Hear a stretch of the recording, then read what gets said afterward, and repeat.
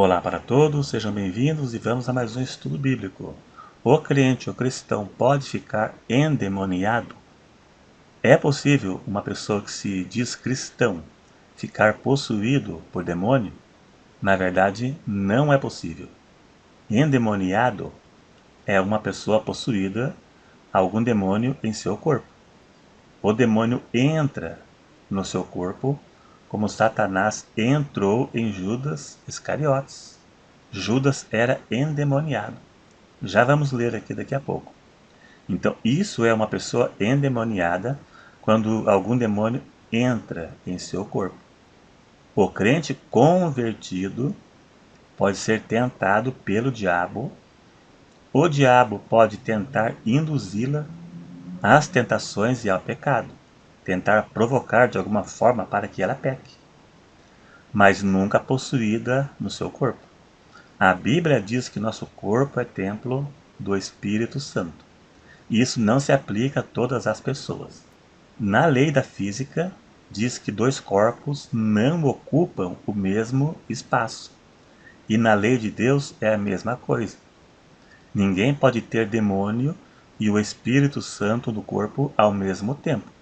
O corpo foi feito para ser templo do Espírito Santo, mas todo o corpo não é. Quem vive no pecado não é templo do Espírito Santo, não. Foi feito para isso, mas não é. Vamos ler 1 João 5,18? Sabemos que todo aquele que é nascido de Deus não vive no pecado, mas o que é de Deus é gerado, conserva-se a si mesmo. Agora preste atenção. E o maligno não lhe toca. Não toca naquele que não vive no pecado. Veja as frases anteriores. Quem é nascido de Deus não vive no pecado, e o maligno não lhe toca. Não. 1 João 5,18. Colossenses 3, verso 3, Paulo diz: porque já estáis mortos para o mundo, e a vossa vida está escondida com Cristo em Deus. Não vive no pecado, morreu para o mundo, e sua vida está escondida em Deus. Como diz um hino, né? Minha vida está escondida em Deus e o diabo não pode tocar. Um hino eu acho que é da Débora Miranda. Então fica claro que o diabo não toca porque a vida está escondida em Deus. Vamos ver dois exemplos de uma possessão, no caso de Judas, e o outro caso, Pedro, foi induzido pelo diabo a errar. Vamos ver Judas Iscariotes primeiro. Judas era endemoniado, porque Satanás entrou nele quando entregou a Cristo aos perseguidores. Vamos ler. Lucas 22, verso 3. Entrou, porém, Satanás em Judas, que tinha por sobrenome Iscariotes, o qual era do número dos 12. Pronto, Judas era endemoniado, porque não tinha comunhão com Deus. Judas era ladrão. Literalmente, Judas era endemoniado. Isso prova que não tinha comunhão com Deus. E agora vamos ver o caso de Pedro. Vamos ler parte do contexto para ficar mais fácil ainda a compreensão. Mateus 16, verso 21 até o 23. É bem rapidinho. Acompanhe na tela para você raciocinar junto comigo. Desde então começou Jesus a mostrar aos seus discípulos que convinha ir a Jerusalém e padecer muito dos anciãos e dos principais, dos sacerdotes e dos escribas, e ser morto e ressuscitar ao terceiro dia. Jesus fala da importância de sua morte e a ressurreição para cumprimento do plano da redenção humana. E Pedro, tomando-o de parte, começou a repreendê-lo. Veja bem, Pedro repreendendo Cristo, dizendo: Senhor, tem compaixão de ti, de modo nenhum te acontecerá isso. Veja bem, Pedro contra o plano da redenção. Jesus, porém, voltando-se, disse a Pedro: para trás de mim, Satanás, que me serve de escândalo, porque não compreende as coisas que são de Deus, mas só as coisas que são dos homens. Veja, Pedro foi usado pelo diabo. Podemos entender que Pedro foi usado pelo diabo, pois o diabo não queria que Jesus morresse, porque sua morte e ressurreição cumpriria o plano da redenção humana que foi estabelecida por Deus antes da fundação do mundo. Agora vamos provar na Bíblia, em Mateus 12, verso 43 ao 45, que não é possível uma pessoa convertida ter demônio. O demônio volta se a pessoa voltar ao pecado. Se a pessoa se converter e voltar ao pecado, o demônio pode voltar no corpo dessa pessoa e possuí-la novamente. É isso que vamos provar agora. E quando o espírito imundo tem saído do homem, anda por lugares áridos, buscando repouso, e não encontra. Então diz: voltarei para minha casa, é o corpo de onde saí.